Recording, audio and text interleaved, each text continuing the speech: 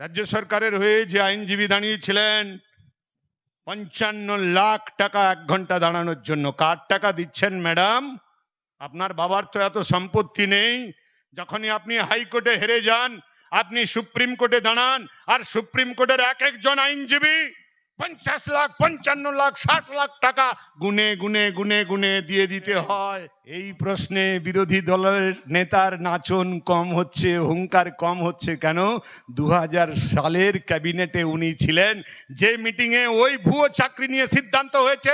মুখ্যমন্ত্রী যেমন সই করেছেন, বিরোধী দলনেতাও সই করেছেন, ফিরহাদ হাকিমও সই করেছেন, পার্থ চ্যাটার্জিও সই করেছেন, জ্যোতিপ্রিয় মল্লিকও সই করেছেন, গোটা ক্যাবিনেটের সই আছে। জ্যোতিপ্রিয় জেলে চলে গেছে, পার্থ জেলে চলে গেছে, হাতে রইল 3। এক হচ্ছে মাননীয় মুখ্যমন্ত্রী, 4 জুনের পরে আপনাকেও হেফাজতে নেওয়া হবে। মাননীয় বিরোধী দলনেতা কান খুলে শুনে নিন, 4 জুনের পরে আপনাকেও সুপ্রিম কোর্টের অর্ডার অনুযায়ী হেফাজতে নিতে পারবে ইডি সিবিআই। আমার বিশ্ববিদ্যালয়ের একজন গোল্ড মেডেলিস্ট ছেলে আছে ইকোনমিক্সে, কোলাঘাটের একটি মেয়ের সঙ্গে তার যোগাযোগ।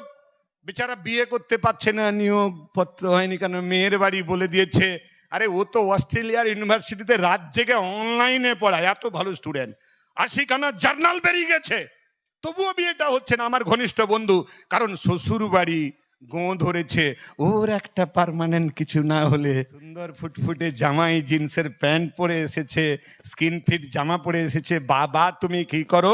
মেয়ে আগাম বলে দিয়েছে, বাবা তুমি জানো না তোমার যে জামাই হতে চলে গেছে না, চলছে, ও এখন হাই স্কুলে শিক্ষকতা করে, বেচারা চাকরি চলে গেছে। যারা লাখ লাখ টাকা তুলেছে তাদের শাস্তি হবে না। একটা কথা মনে রাখবেন, হাইকোর্ট সুন্দর একটা অর্ডার দিয়েছে। কি বলেছে? যারা যারা এই প্যানেলে সই করেছিল ক্যাবিনেটে, তাদেরকে ইডি সিবিআই হেফাজতে ডেকে জিজ্ঞাসাবাদ করতে পারে। হেফাজত মানে গ্রেপ্তার করে জিজ্ঞাসাবাদ করতে পারে। ওই একটা লাইন 200 পরে তৃণমূলের জমানায় হাই স্কুলে বলুন, প্রাইমারি স্কুলে বলুন, গ্রুপ ডিতে বলুন, সরকারি অফিসে বলুন, যেখানে যে চাকরি পেয়েছে তাকে নিয়মিত আপনি ওষুধ দোকানে দেখতে পাবেন। ওষুধ দোকানে কেন? গ্যাসের ওষুধ কিনতে গেছেন? হ্যাঁ, সুগের ওষুধ? হ্যাঁ, জোরে বলো, দাঁড়িয়ে বলো, আমি বলো দরকার নেই। হ্যাঁ, ঘুমের ওষুধ কিন, ঠিক বলি, 10-এ 10 ঘুমের ওষুধ। ঘুমের ওষুধ কেনার লাইন পড়ে গেছে। আবার ঘুমের ওষুধ দোকানে তো একটা নিয়ম আছে, প্রেসক্রিপশন না হলে ঘুমের ওষুধ দেওয়া যাবে না।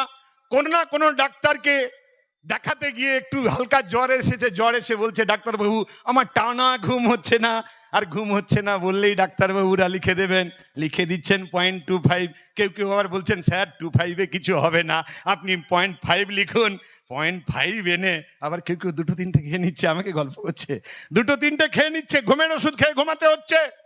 আর যারা বামফ্রন্টের জমানায় নিয়োগপত্র পেয়েছেন তারা আনন্দে ভালুন বেচারাদের। যে শ্বশুর মশাইরা মাস্টার জামাই দেখে মেয়ের বিয়ে দিয়েছিল, সবাই তো আর প্রেম করে বিয়ে করে ফেলেনি, তাও প্রেম করলেও ঝুলে থাকতে হয়।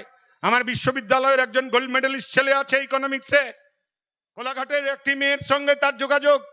বেচারা বিয়ে করতে পারছে না, নিয়োগ পত্র হয়নি কেন? মেয়ের বাড়ি বলে দিয়েছে, আরে ও তো অস্ট্রেলিয়ার ইউনিভার্সিটিতে রাত জেগে অনলাইনে পড়ায়, এত ভালো স্টুডেন্ট, 80খানা জার্নাল বেরিয়ে গেছে, তবুও বিয়েটা হচ্ছে না। আমার ঘনিষ্ঠ বন্ধু, কারণ শ্বশুর বাড়ি গোঁ ধরেছে, ওর একটা পার্মানেন্ট কিছু না হলে।